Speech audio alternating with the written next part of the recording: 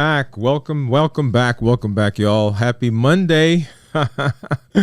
Hopefully you had a great day, a great Monday, had a great weekend, and are just excited to be here tonight. I know I am. If you've been following the news in any respect, you know that diabetes is a huge problem. You know that we have pandemic-sized issues with diabetes.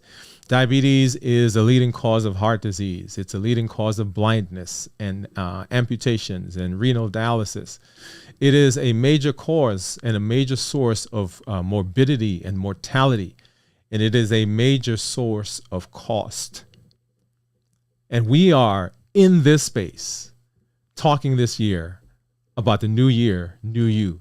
How do we put diabetes in remission? How do we reverse diabetes? How do we get off of some of this medication? And that's where we've been heading. And tonight, we're going to talk about some medications that you may want to talk to your doctor about starting. That's right, y'all. We've been talking about getting off medication. We've been talking about getting rid of things. We've been talking about reducing, but maybe there are some medications that we can use to help us bridge the gap as we move in that direction. And that's what we're going to be talking about tonight. In the news, they've been talking about this medication in a different way. And we're going to spend some time talking about that as well. If you're new to me, I'm Dr. Dwayne Wood. That's Wood with an E. The E stands for endocrinology. Here on the channel, I educate, I empower, and I encourage you to take charge of your health, your life, avoid complications, and go to the next level. And in this year, new you. And I welcome you. If you're new, go ahead and put new in the comments because we would love to say hello and give you a hand clap and some music. Take a real close look now. And welcome you to the neighborhood. Also, if you have questions, go ahead and put those questions in the comments and we will get to them as we get into the evening. I welcome you. If wherever you're watching us from, right now, we are streaming to YouTube and LinkedIn and TikTok and Twitter and Facebook. Wherever you find yourselves right now, go ahead and chime in, say hello, let us know that you're out there. And we will get you in the conversation because this is one of those conversations that everybody should be involved with. Everybody should be talking about. You know somebody in your life that's diabetic. You have a friend, a family member. You got a cousin, an uncle, a brother, sister, somebody who has diabetes, and this will impact and can impact them. We are specifically talking about adults with type 2 diabetes. But as I've said, since we started the series at the beginning of the year, the things that we talk about for diabetics are the same things that we want to promote for all the other people that suffer with other illnesses and other conditions. In fact, let me see. I'm going to put this up here really quickly. Right. So those are some of the conditions. And this is just a handful, y'all, of some of the conditions that are associated and related to diabetes and some of the things that we are going to spend our time talking about as we get more and further into the season. We're talking about high blood pressure, high cholesterol, polycystic ovarian syndrome, coronary artery disease, non-alcoholic fatty liver disease. We're talking about metabolic syndrome. All of those can improve with the things that we're going to talk about and the things that we are teaching. So make sure you tune in as we get down this road. I see some folks that are out there. I see Lashus Journey. Glad that you are here. Welcome. And let's see, where is my music? I think I changed up my music, sure. But anyway, hey, there you go.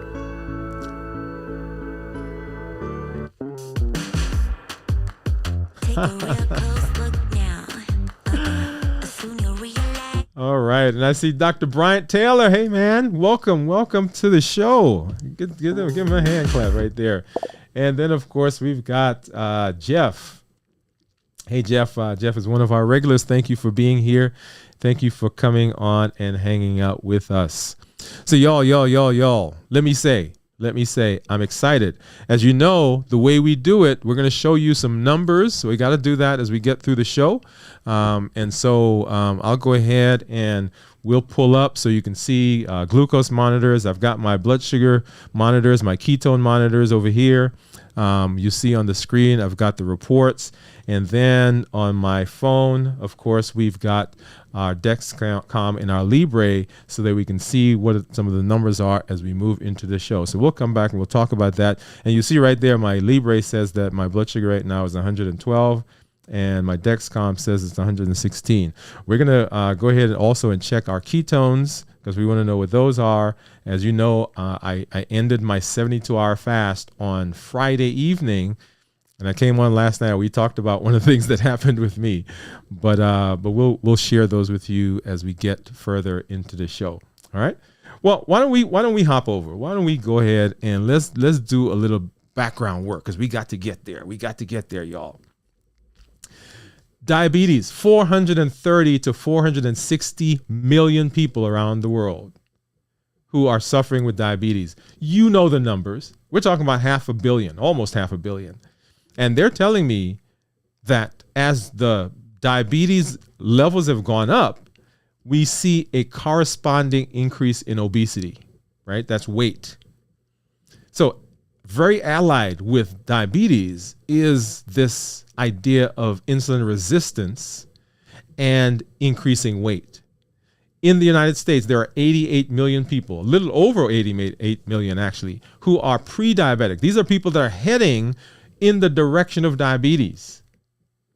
And we've not been able to curtail. We've not been able to stop it. It just keeps getting bigger and bigger and bigger and bigger. And perhaps one of the reasons that it's getting bigger is because we're having the wrong conversation. Maybe we're having the incorrect idea of how things work. And so we're going to spend a little time doing some background and we're going to come talk about these medications here in a minute. So when we think about diabetes, when we think about food, the idea that we have is that we eat food, it gets digested and it goes to create energy, right? So everybody says, hey, I'm feeling weak. I must be hungry. Or I didn't eat today. Or somebody feels faint. And we say, oh, did you eat? That's the first question we had. Did you eat anything today? You know how we do, right? And so we have this idea that food, digestion goes to energy. And in fact, even when we talk about the different types of food, right? Proteins, fats, carbs, we get them digested and we say, hey, this is what my food is going to do, is going to provide energy for me. And that is really a surface understanding of how things work.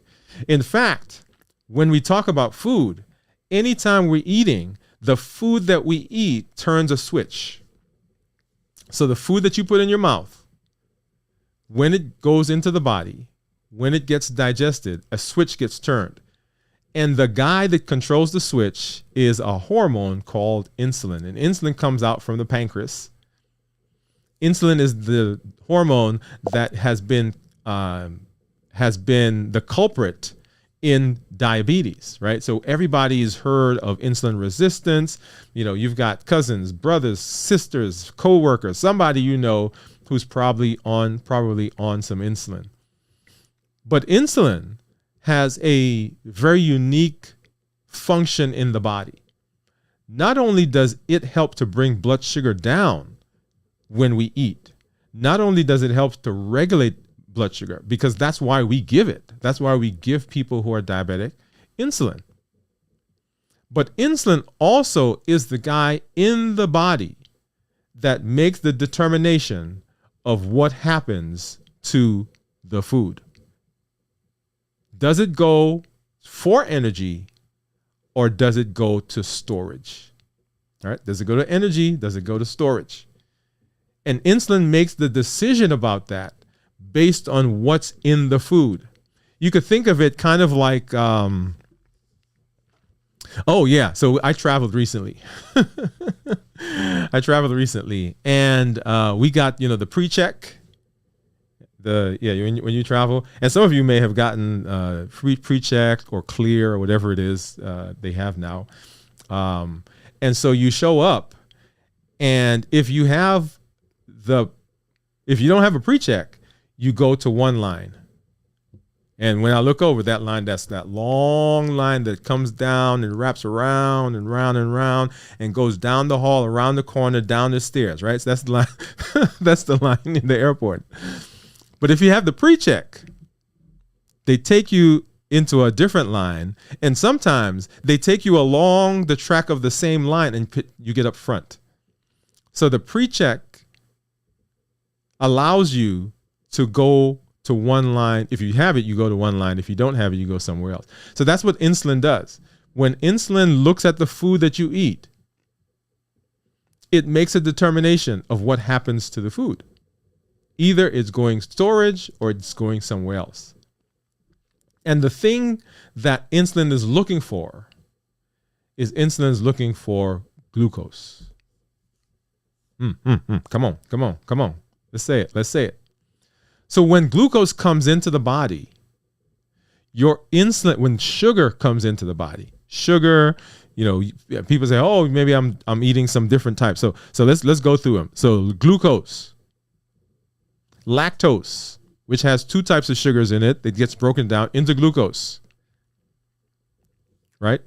Fructose, all the different names of glucose and sugar that we've talked about, high fructose corn syrup, molasses, brown sugar, refined sugar, right? All the oses, right? Maltose, dextrose, all of those, when they come in the body, then they signal the body to produce insulin.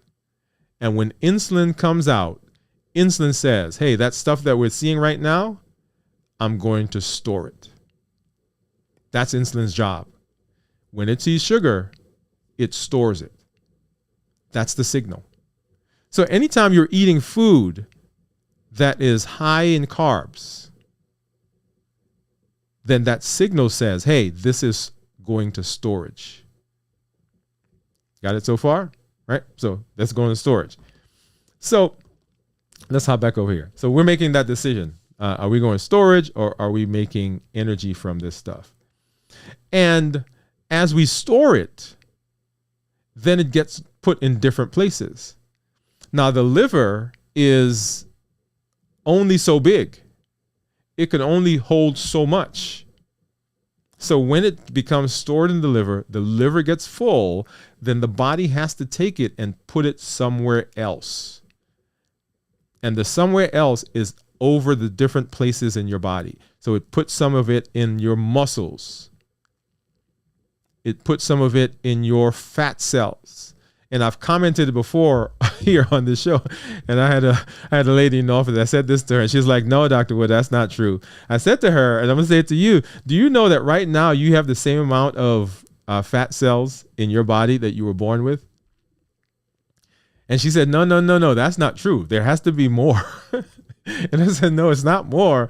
What happened is we just put more stuff in it, right? We put more stuff in the fat cells. We put stuff in the pancreas sometimes. We put, those glycerides, triglycerides, those fat cells.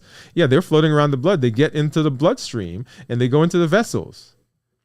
Now, I want you to notice as I'm describing where this is going, you can begin seeing the disease process that comes as a result of that.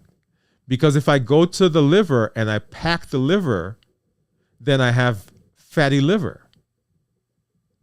If I go to the muscles and I pack the muscles, I've got muscle aches, muscle pains. If I put it in the fat cells, right, now I have obesity. You see? So insulin is the guy that says, hey, I see it. Let's go ahead and we're going to put it into storage. Make sense? All right. Now, what happens in diabetes? And so the model that we've used with diabetes before is this lock and key model. We said, hey, blood sugar comes in, the insulin sees the blood sugar, and the insulin is what decides if it goes into the cell. And that basically is true. But we sometimes leave off the part about the storage. And because the insulin is unable to get blood sugar into the cell, then the body makes more and more and more and more. And that's our definition. That's our description of insulin resistance. But what if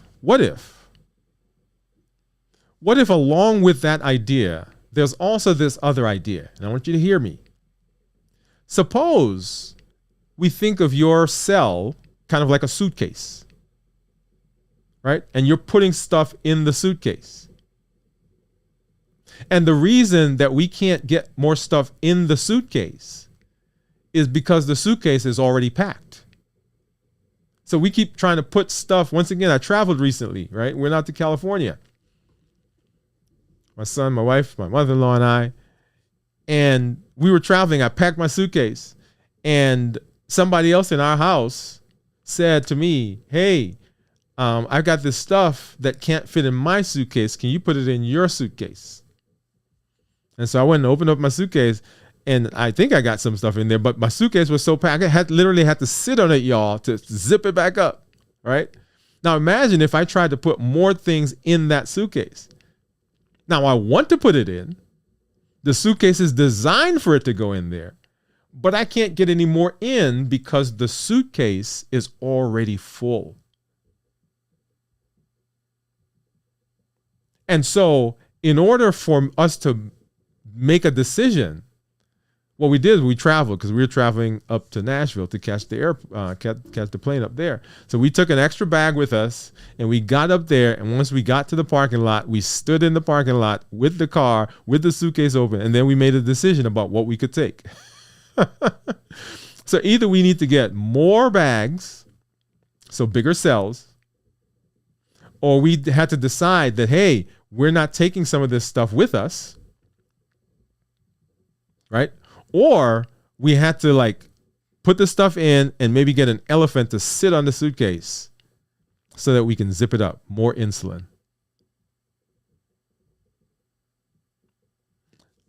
So what's the plan? What's the plan? What's the idea? How about instead of giving more insulin, we decrease the insulin's ability to make the decision to store stuff and to allow it to use the energy that we're putting in. What does that look like? What does that look like? One of the very first tools that we talked about was fasting. Okay? So we're going to bring the insulin level down. How do we bring the insulin level down? By not one putting stuff in that forces insulin to rise. Now you're looking at me, it's like, well, that makes sense, right? That's the whole idea of watching your diet, low carb diet, so on and so forth. Yes, that's true, but I want to take it a step further because I want you to understand why that works, why that is important. Because you say, well, yeah, if I lower my blood sugar, I don't need insulin. Well, I'm not just talking about the insulin that we give from outside. We're not just talking about insulin, the medication. I'm talking about the insulin in your body. How do I lower the insulin in your body? We've already talked about some medications that we probably should try to get off. That was last week. If you haven't watched that, go ahead and watch that.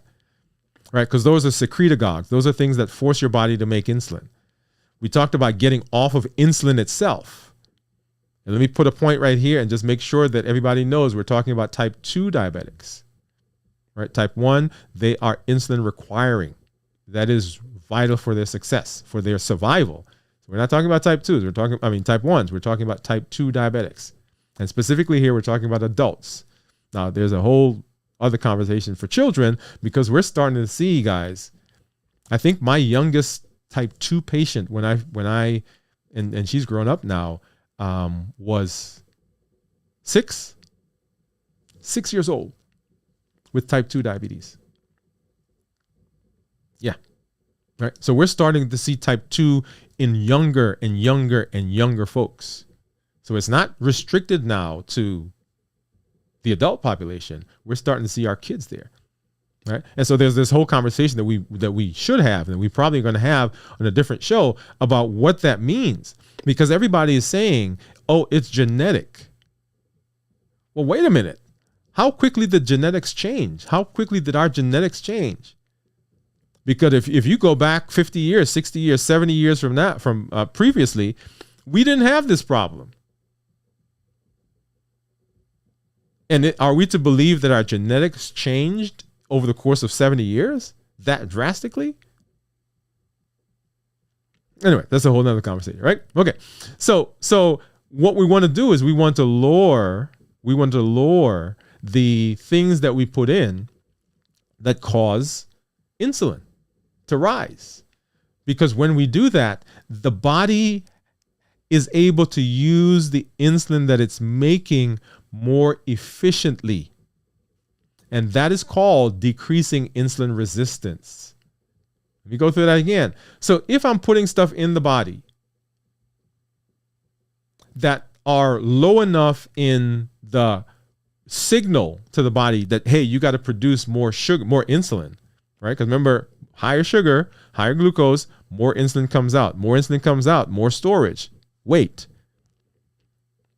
And as the weight goes up, of course, the whole idea of insulin resistance goes up. And so the blood sugars rise and rise and rise. So if I put something in where the body doesn't have to produce as much insulin, then my body's response to the insulin that it makes is improved. That, by definition, is decreasing insulin resistance. So we talked about fasting as a way to do that. Okay, so let's move on. So the fed state, the fasting state. So glucose comes in, we digest it, insulin comes out, and insulin is the thing that converts it to energy or stores it depending on what we have. Now, here's a and let me see, maybe let me pop back over, and I want to go back to my my discussion from yesterday. Let's see. Let's go back to this guy. All right. So I want you to notice right here.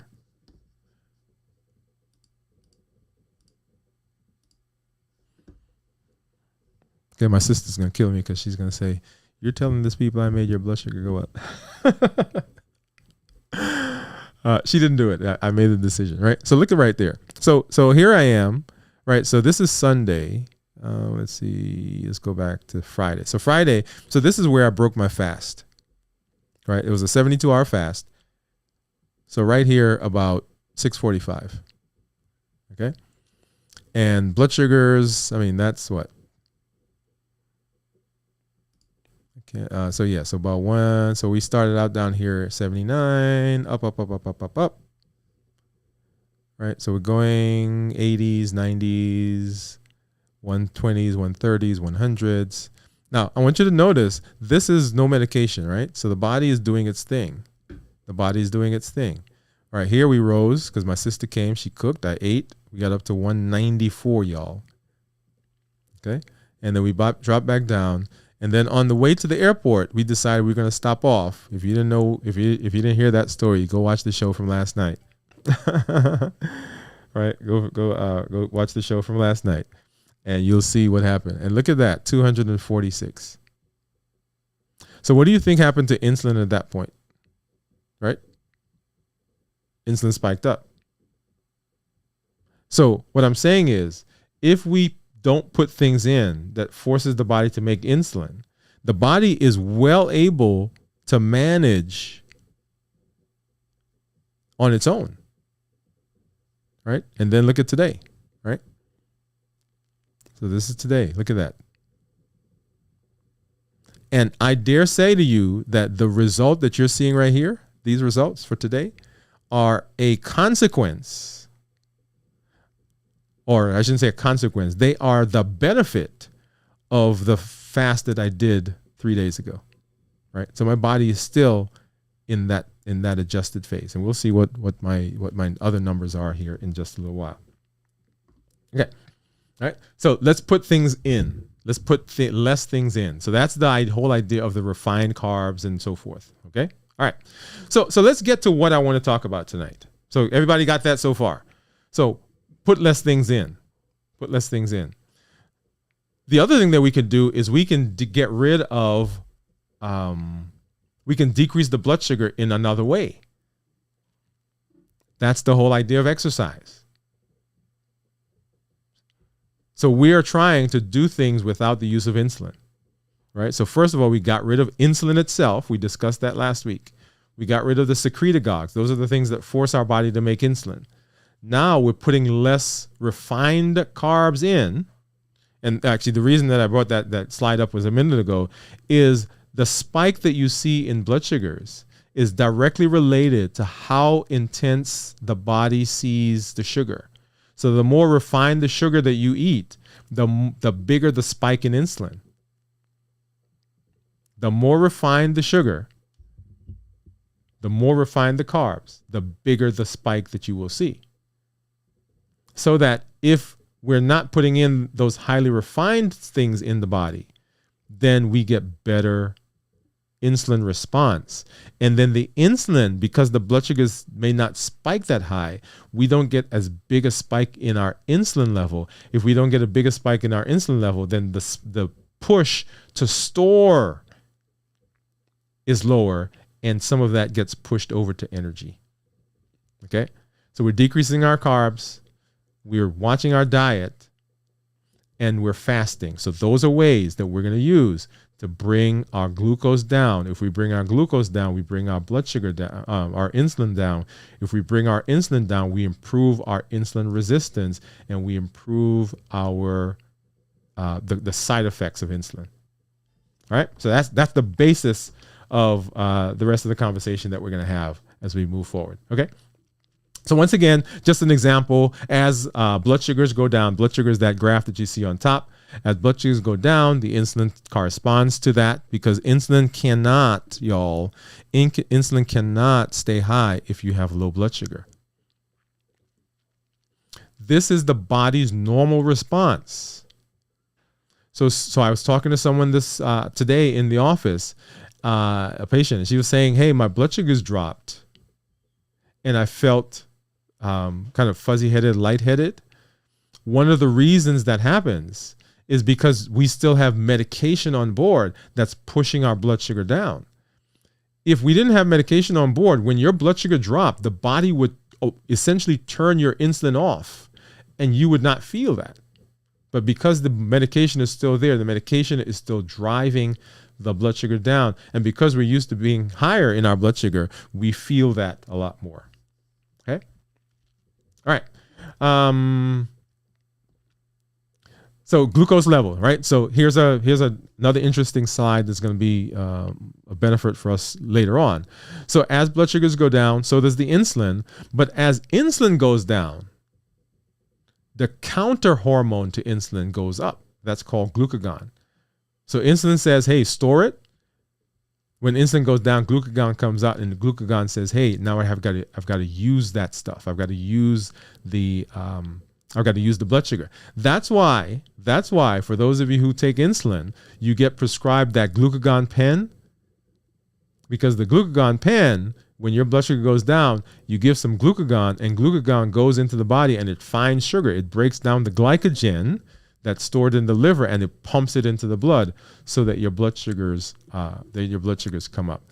And of course, we have all the toxicities, right? So the triglycerides that are formed when insulin is trying to store things, that's where all of those different things go, right? So lipotoxicity, that's the toxic levels of the lipids. The beta cell becomes dysfunctional because now we're putting fat there. And then other components, so the other parts of the body, the liver, right? So fatty liver and so on. All right. So, and then of course, all the disease processes, and we've talked at length about those. So what I want to do is I want to say, hey, how do we decrease the sugar? And we've talked about several ways, but this brings us to the medication. Now, as I've said, and you've heard me talk about it here on the show, that our goal is reversing diabetes. Now, notice I use the word reverse, right? Because you usually hear me say remission. I'm putting diabetes in remission. the words are being used interchangeably. And the reason I like the remission version of that word better is because it gives the impression, rightly so, that your diabetes is controlled. You may not be, you're not on any medication. That's what remission means. That you have good blood sugars, you're not on any medication, and there's actually a timeline how long you have to be off of medication with good blood sugars for you to be considered to be in remission. The reason I like that idea is because when we talk about reversing diabetes, people they think that, oh, my diabetes is gone, and so now I can do whatever I want, and the blood sugars are going to stay good. And that's not the case. Okay? But we're going to use those, you'll hear me use those words interchangeably, but I want you to understand, if you hear me use the word remission, it's because I want people to understand that this is a lifestyle that they've got to adopt. Okay? All right. So yes. So let's talk about the medication, right? So one of the ways of decreasing sugar in the body is with the use of some medications, and these are called SGLT2 inhibitors. SGLT2 inhibitors. And the SGLT2 inhibitor class is a class that the question is, can we use some medication to help us bridge the gap as we move in the direction of remission, reversal, improve blood sugar control? And so the first group of medications I want to talk about are these medications that are called SGLT2 inhibitors. SGLT2 inhibitors. And these medications work by basically taking sugar and they put the sugar into the urine. Okay, and let me pull that slide up here really quickly. So for type 2 diabetics, what happens is that, and let's see if you can see. I hope you can see my pointer. Doesn't look like you can. But anyway, you see the big part to the left there? This is basically a part of the kidney, and you don't have to look at all the wires and all the arrows. But right there at the top, at the left side, is where your blood goes into the kidney, and then the kidney filters it out, and all the way at the other end, to the right side of that graph, down at the bottom, the blue line or the blue arrow is where your urine is coming out. Okay, that's where the urine is coming out. And so for people who are diabetic, there's a defect in their kidney. There's a defect in their kidney. And so when the body filters the blood, one of the things that happens is that sugar comes out of the blood and it's being filtered through the kidney. And the body, because of this defect that's in the kidney, the body brings the sugar back into the blood. Now, it's supposed to go out. It's supposed to go into the urine. But because of this defect, the body pulls it back in. And so you end up having higher blood sugars than you should. You got that so far? So because of this defect, the sugar that should be not coming back into the body ends up coming back into the body, and it doesn't get put into the urine. And this medication, what it does is it stops that process, or it fixes that process. And it allows sugar that's in the body that now gets put into the urine to go into the urine, and it stays out there. Now, notice that this process does not use any insulin.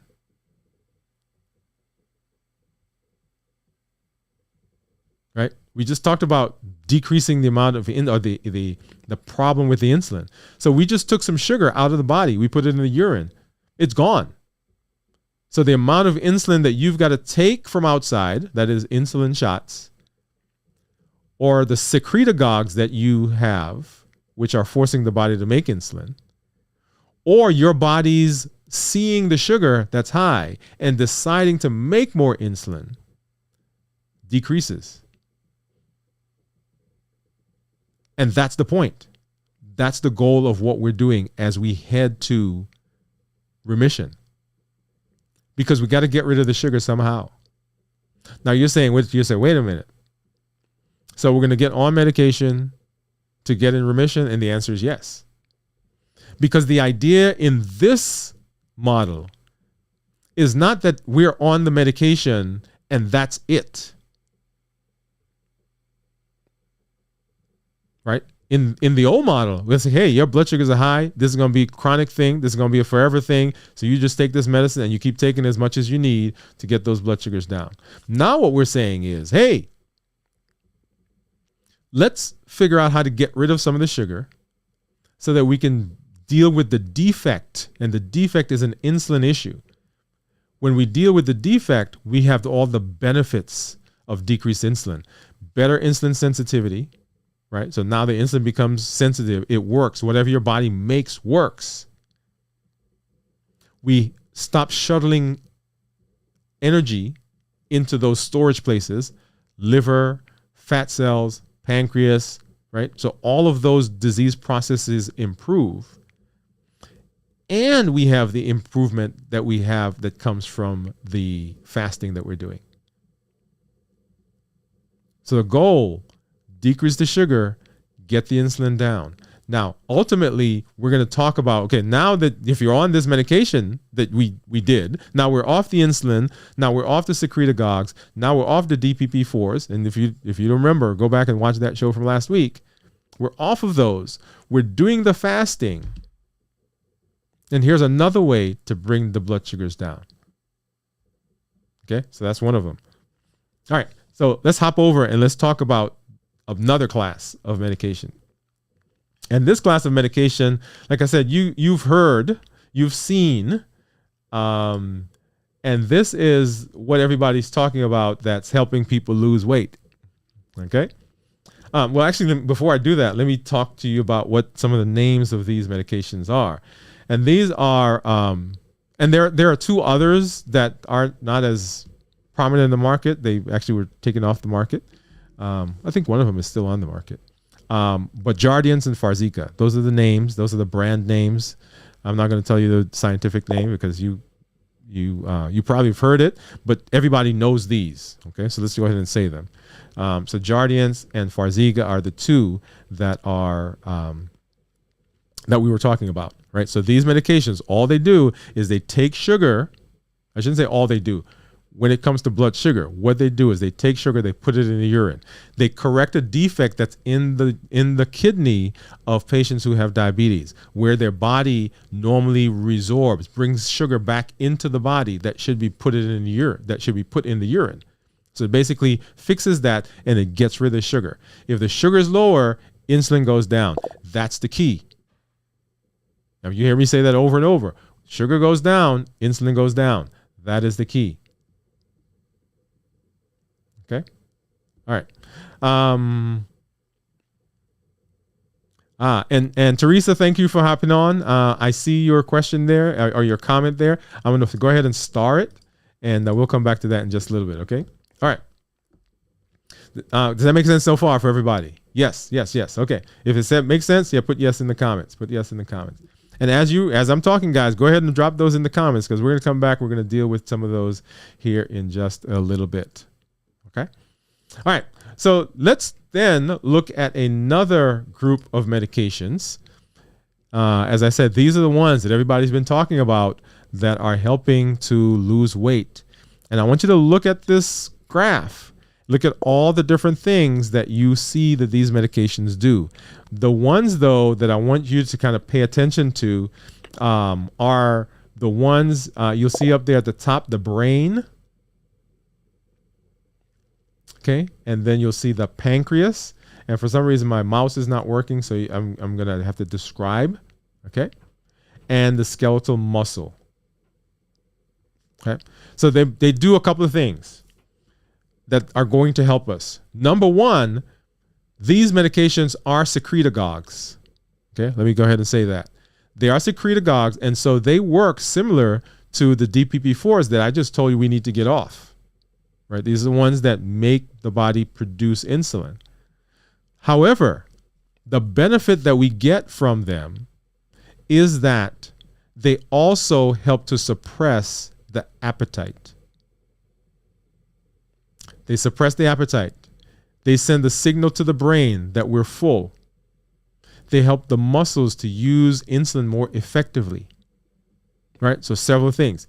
So the benefits may outweigh the insulin that we're getting, because if we're decreasing our food intake, decreasing the things that we're putting in, the sugar, right? Those cravings are going down. If the cravings are going down, the insulin level, the blood sugars are going down. If the blood sugars are going down, the insulin level is going down. And ultimately, our goal is going to be, right, during the process of being on these medications, during the process of fasting, right, we're going to be learning some ways to manage our blood sugar, manage our food, manage our cravings, so that when these medications go away, we can process that on our own. Okay. Now notice what I'm saying. So they are bridges to where we need to go. So we're not saying, hey, you're going to be on this and this is it. We're saying, how do we, because we've got a strategy, y'all, right? We've got a strategy on how we're going to do this. And the strategy includes, hey, how do we get off of this medication? And these medications, as I said, they are one of the ones that help with our weight. Right? So everybody's all excited about that. So it's great. You know, you get that tummy, you get rid of that fat. Now, the guy that's on the left, that abdomen that you see, that abdomen comes as a direct result of insulin resistance. Insulin resistance. This is a good place. Let me do this. I'm gonna hop over. Let me come back here so you can see me full screen, because I want to make this point. If you are, if you stand up, and I'm gonna stand up. If you look down and you see your tummy, then you've got insulin resistance.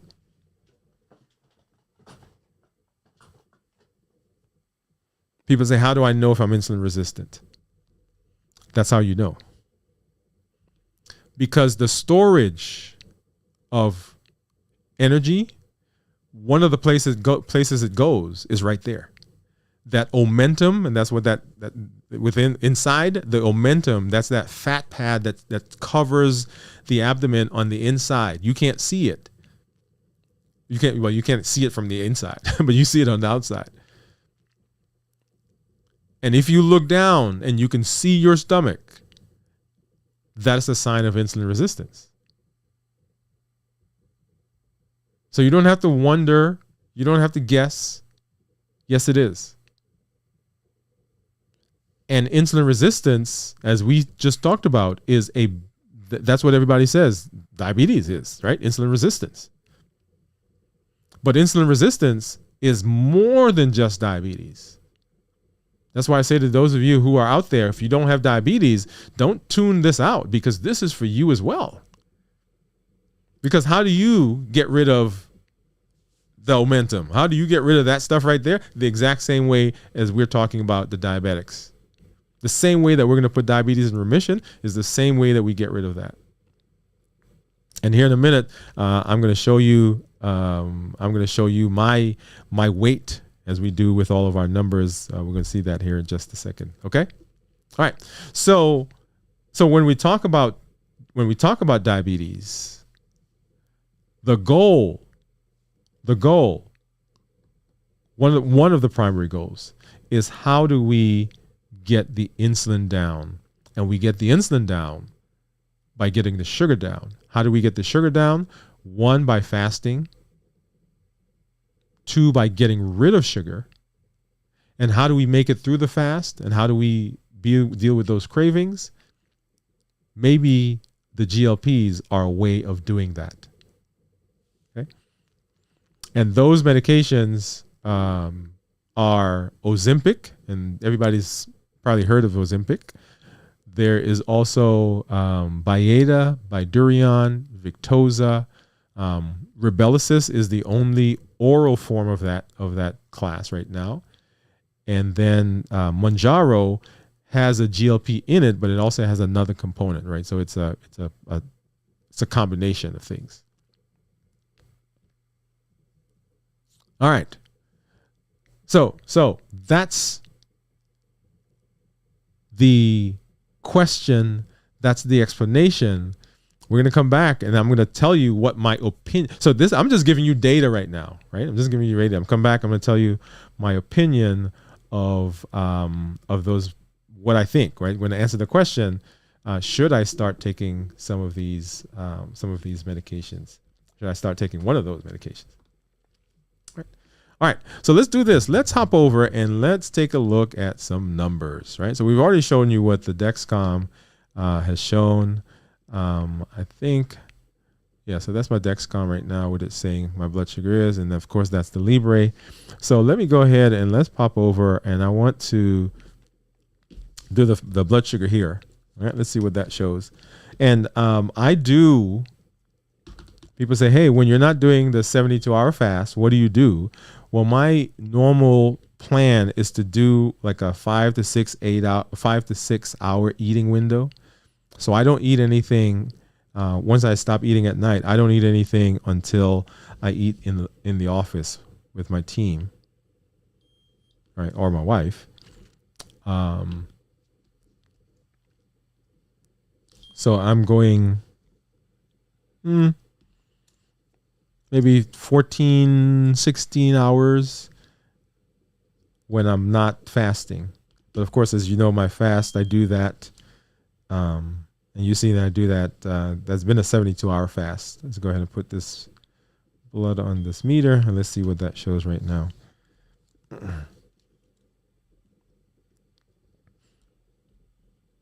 And for you, our goal has been for you to work your way up. Look at that, 1.1. So that's actually pretty good. All right. So if you remember when we talk about nutritional ketosis, what we're talking about having having ketones of 0.5 to 1.5.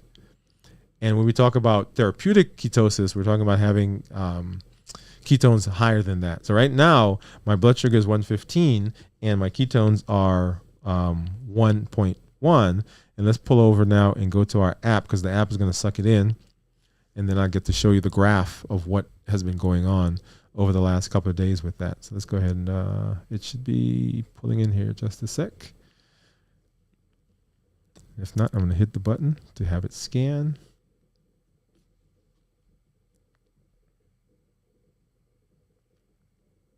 And it says yes, boom, got it. All right, so there we are. And let's take a look at our graph.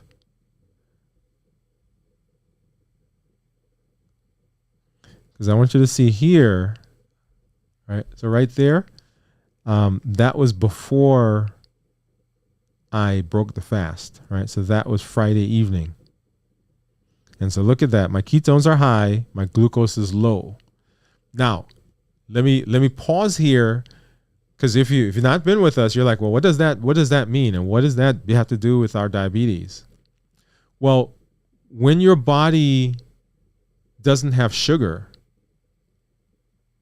it switches to burn another source of energy. And the other source of energy is ketones. And you can measure the ketones in your body, and you can tell when the body is actually using something other than sugar to burn energy.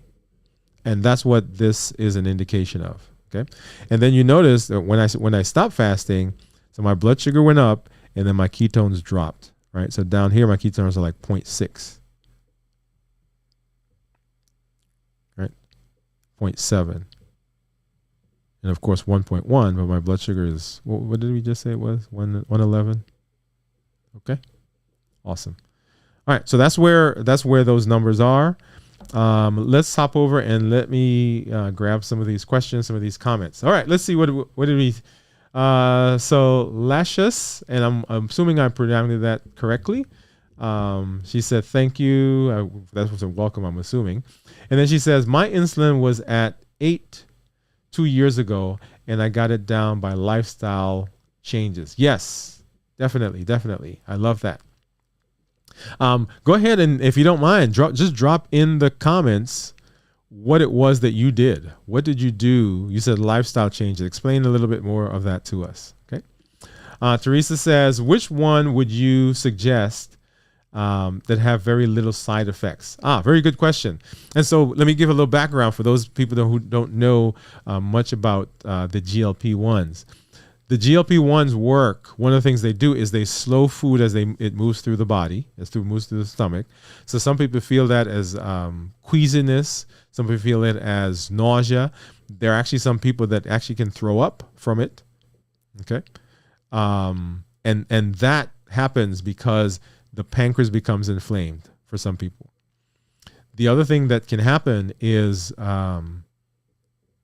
they throw up. Yeah. So that's the big side effect, right? So the GI symptoms that people have. Now, for most of the medications, most of those GLPs, and I'm assuming that's the one you're talking about. Actually, you didn't say, because let me talk about both then. So for the GLPs, the big side effect, of course, is the slowing of the food as it moves through your stomach. Okay, because you feel fuller. People feel as queasiness. You adjust the dose if you need to. Some people come off of it. Now, one of the things that happened to me years ago was when these guys first came on the market. I tried taking them and I couldn't, because they slowed my GI tract so much that I started getting constipation. Right. So when they first came out, I couldn't take them.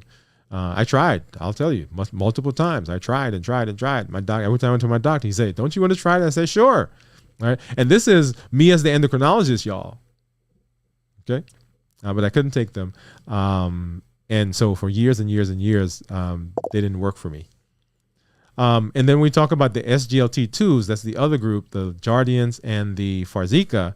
Those, because they're putting sugar in the urine, right? People who are prone to yeast infections can have a yeast infection. It has also to do with how high, how big the blood sugars are. As we're dumping sugar, the higher your blood sugars are, the more possibility it is that you may have a urinary tract infection, right? And some people can have a severe urinary tract infection called Fournier's gangrene. So that's one of the side effects there. All right. Then Teresa said, I heard that some cause thyroid or kidney issues. Right. So the SGLT2s, the issues that you're hearing there are the urinary tract infection and the severe infection in the genital area. They actually have been now approved, many of them, for kidney protection. Right. So when they first came out, people saw, hey, wait a minute, we're putting sugar in the urine. Now, when I was coming through medical school, it was bad to have sugar in the urine, right? If you found somebody who had sugar in their urine, they were called diabetic, right? But now, because of the mechanism of action, right, we actually use that fact. We didn't understand that back then. We used the fact that it puts sugar in the urine to treat the blood sugars. The other thing about thyroid, so we're talking about now going back to Victoza and Ozempic and Mounjaro and the Rybelsus and the GLPs. So there have been cases of medullary thyroid cancer in rodents, right? So when they tested them, these rodents had medullary thyroid cancer. And so someone who has a history in their family or have a personal history of medullary thyroid cancer, we don't put them on it. But we've never seen that in humans, right? But because the studies, when they did them, showed that, it actually has to show up on the marketing and on the box. So let's see. Teresa says yes. Okay, so if you know somebody, I think that was the answer. Yes. And it does make sense. It does make sense. Thank you, because I see Jeff says yes. Makes sense as well. And Receive. I'm gonna give you some music. Hey. Take a real close look. Okay, I gotta find my hand clap again. For some reason, it went away. But anyway, Receive. Thanks for stopping by. He said, "Which class of these medications do you recommend? I'm on Ozempic, but have some side effects." Okay. So Receive, I'm gonna hold that question for a minute because I'm gonna come back and give you my thoughts in just a sec. Right. And then Jeff says, which does metformin fit in all of these meds? So metformin is not one of these medications, right? It is not one of the ones that we talked about in terms of getting off, right? Stopping, right? We did that show last week. And it's not one of the ones that we're talking about getting on right now, right? Starting. It is one we have not discussed yet. And I've deliberately not discussed it yet. And well, actually, there are a couple other medications that we've not discussed yet about what we're going to do with them. I suppose you've probably heard me say this in one of my other shows. Anyway, so metformin has been one of those medications that's been around forever. And of the medications that when they initially were studying diabetes in terms of complications and improvement and so forth, it was one of the medications that showed the slowing of the progression from pre-diabetes to diabetes. It's also a medication that we've used to treat metabolic syndrome, obesity, and on and on and on. So if I put my my doctor hat on, I'm like, this is actually a good medication for us to use, okay? Because it does what we want it to do. I want to hasten to say, though, that as we're talking about remission, we're not just talking about remission getting off of one medication or another medication, or we're talking about getting off of all medication. So just like I'm saying to you, hey, consider these medications. Should we get on them? And we should get off of those. Metformin is one of those that's in the between. So if people are on metformin right now, and that's the only thing they're on, then our goal is to get them off the metformin. But if they're not on metformin, and I need to treat their diabetes right now to get them better as we move towards towards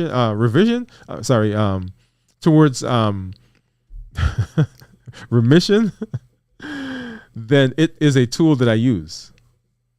Okay? All right. And Teresa said, the first set. So you were talking about the SGLT2s. All right. Well, so you guys are waiting with bated breath. I know, I can hear it. I can hear it out there, y'all. Well, let's do this. Let's go ahead and do our thought of the day, and then we'll be back and we'll answer that question. So here is our thought for today.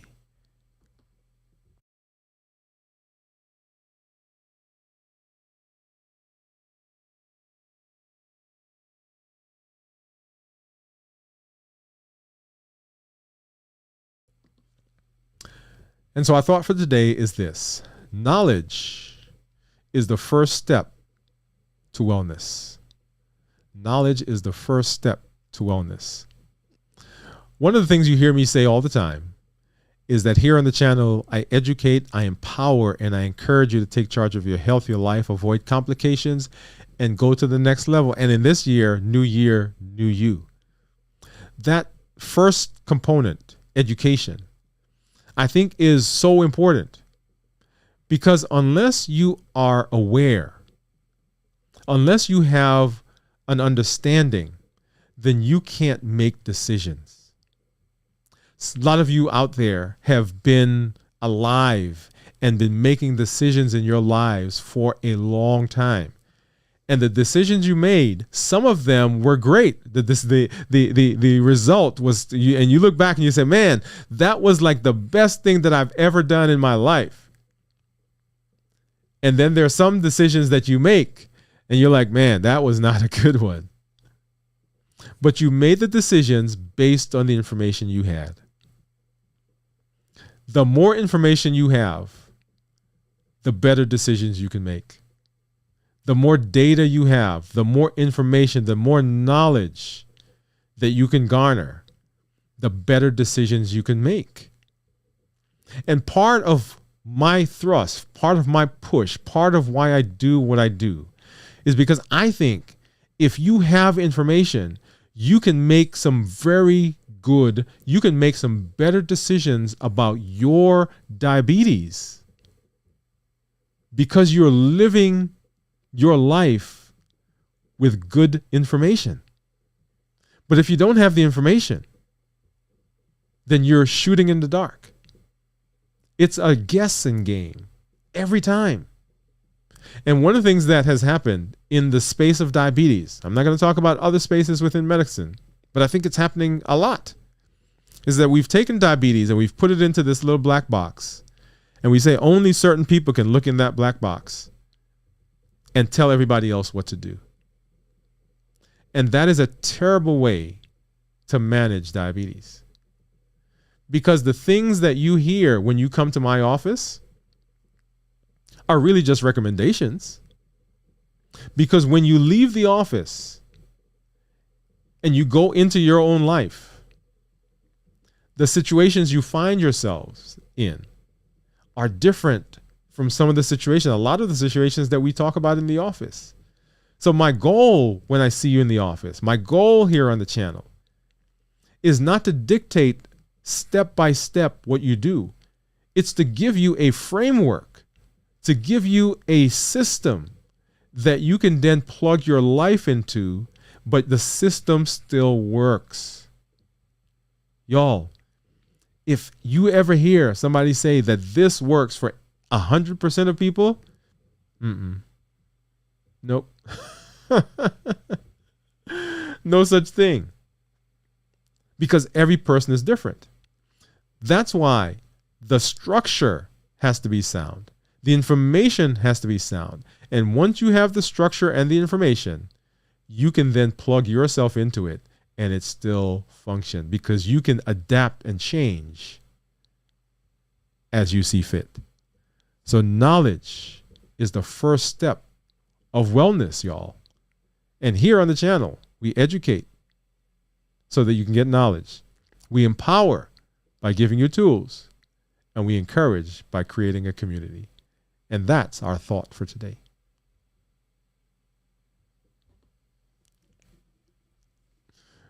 All right. So thank you. All right, so let's talk. You guys have been waiting. So what's my answer? So what I do in my office, what I try to do in my office is if someone comes in and they are on insulin, they're on a secretagogue, my goal is to try to minimize those and get them on an SGLT2 and get them on a DPP4. That's what I do. Now, before everybody was talking about the weight loss that you get with Ozempic and Mounjaro and all of those, we were in the office when patients came in, we were putting them on a GLP because I knew if I got them on the GLP, I didn't have to use as much insulin. I would put them on an SGLT2 because I knew if I got them on the SGLT2, we wouldn't need as much insulin. So do I think those are good medications? Yes, I think they are. I use them almost every day.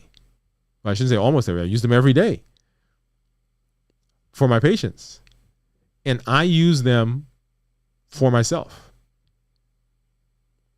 Okay. We're going to come back and we're going to talk about that story in another show.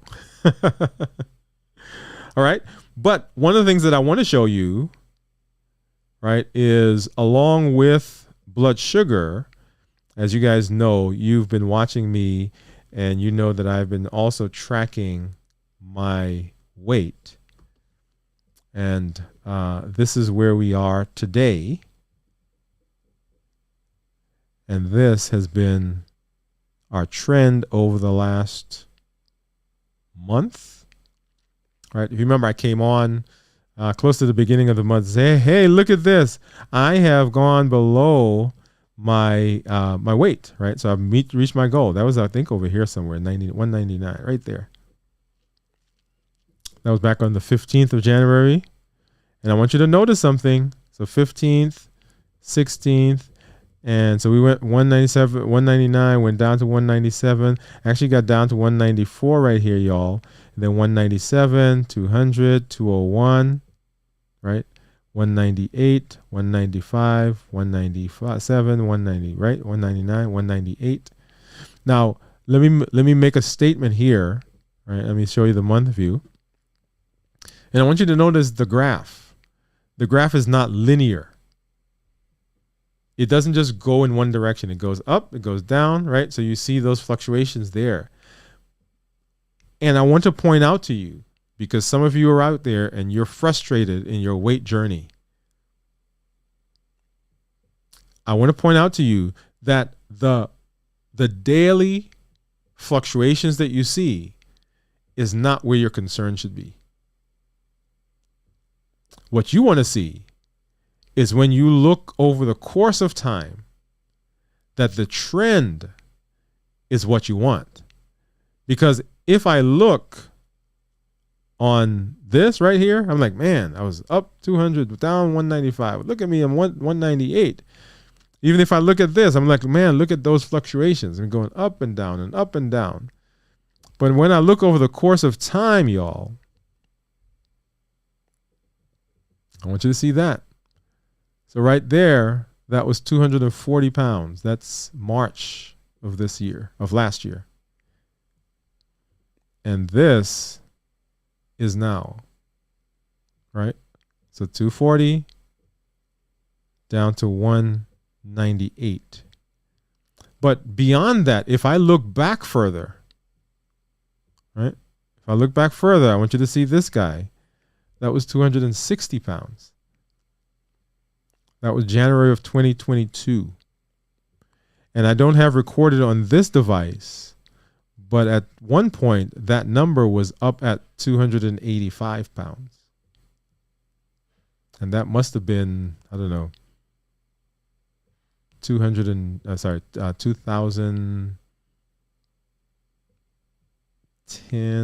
to 15-ish. Right? So as we're on this journey, it is a journey. And there are going to be stops and starts. But our goal is not necessarily that tomorrow we get where we're going, because you're not going to get, well, let me say that to you. You're not getting where you're going tomorrow. It is a journey, but we want that journey to continue heading us or taking us in the right direction. So one of the things I love about this space, and you've heard me say it before, I'll say it again. I come on this show and I talk with you and I teach the things I do because you're part of my therapy group. I know. Yeah, you're part of who helps me to be who I need to be as I talk about new year, new you. Because everybody thinks that they're by themselves. Everybody thinks, oh, it's just me. And I'm telling you, some of the things that I talk to you about, I struggle with all the time. But I want to be able to say that I'm moving forward in my journey. And this year, y'all, together in this group, yeah, we're heading in the direction. Let me see. Jeff said, for your thought of the day, my Freestyle Libre 3 provides so much information for me. Let's see. For your thought of the day, my Freestyle Libre provides. Where do you... Jeff, I think I missed the first part of that. Oh, you want me to use that as a thought of the day? Okay. I like that. Thank you. Awesome. Awesome. All right. So if you've not already done so, everybody, if you've not already done so and you're here, so maybe you have already done so. But if not, I would like to ask you for three things. Okay. I would like to ask you for three things. What we've been doing is we've been talking about the fasting. Talking about, okay, what do we do with the fasting? And if you're out there, whether you're diabetic or not, my challenge to you is to work your way up so that you can fast for 24 hours, right? So that's what we plan to do in January. That was the plan. Work our way up so we can fast for a 24-hour period. In the month of February, we're going to do another challenge dealing with that 24 hours. Okay, so for right now, right, we're fasting 24 hours. Work your way up wherever you are. I want you to expand that so that you can be able to do that, and meaning that you're also talking to your healthcare provider. If you're on medication, that you are having a healthcare provider help you adjust that. If you're one of my patients, one of my clients, one of the people who talks to me, that's what we do, right? So how do we back off of some of these medications? We've talked now about medications you should stop, try to get off of. We've talked now about medications you should probably talk about starting, and you've heard the benefits of those. The fasting helps in that entire process. So first of all, what I'm asking you to do is work your way up so you can fast for a 24-hour period. Number two, I want you to commit to being on this journey with us, being on this journey with me. That means showing up as we learn this stuff together, that you are here, that you share your information, that you share the successes that you've had, you share some of the disappointments that you've had, that you ask the questions. Because as you do that, the other people that are here listening, the people who are even going to be watching this on the replay, they benefit because now they know it's not just them. Now they know somebody else out there is having the same issue. Somebody else out there is seeing the same thing. Somebody else out there is having success because maybe they're not seeing success. So show up in the community, engage in the community. And then the third thing that I'm asking you to do is to bring somebody with you. You can bring somebody with you on the show. Send them a link. Let them know what's going on. Help them sign up. Help them subscribe. Tell your doctor. Tell your pastor. Tell your cousin. Tell your mom and them about what we're doing here. Because the 460 million people around the world that have diabetes, the millions of people that are struggling with prediabetes and obesity and metabolic syndrome and high blood pressure and high cholesterol and polycystic ovarian syndrome and on and on and on, they all benefit from this information. So you can be the person who helps to spread that to help improve their lives. I always want to thank you for being here, for hanging out with me. Come, let's see, tomorrow night, we're going to be starting our fast again, right? So you'll see me kind of do some things as we talk about that, sharing some more information here on the channel. Look for our shorts, look for our videos. On Friday, we will have our blog that comes out that has information related to what we do here on the channel. Get over there. Dwayne Wood MD is the address, dwaynewoodmd.com, and look at that. If you would like to work with me more closely, if you would like to be one of my clients, if you would like to come alongside and work with you personally, you can do that as well by signing up at our website for our next level coaching program. And you'll see on the screen the QR code that's over in the lower left. If you scan that, that will take you directly to my website, and you can do that there as well. Okay. Now, next week Next week, we're coming back with a very important discussion that we're going to have. Is going to be a recorded discussion. My birthday is coming up, so I'm going to be hanging out with some of my boys. But I've already recorded it, and it's already set to come out. So make sure you come on and make sure you comment. If you're watching this on the replay, make sure that you put hashtag replay in the comments so that we know that you're out there. Wherever you are, whatever platform you're on right now, TikTok, Twitter, Facebook, Instagram, YouTube, LinkedIn, or Twitch, actually. We're on Twitch as well.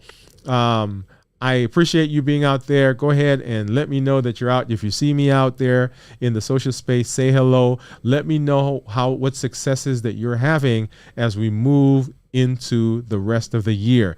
This is Dr. Dwayne Wood, y'all. That's Wood with an E. The E stands for endocrinology. Here on the channel, I educate, I empower, and I encourage you to take charge of your health, your life, avoid complications, go to the next level, and create the life you've always wanted. And in this new year, new you.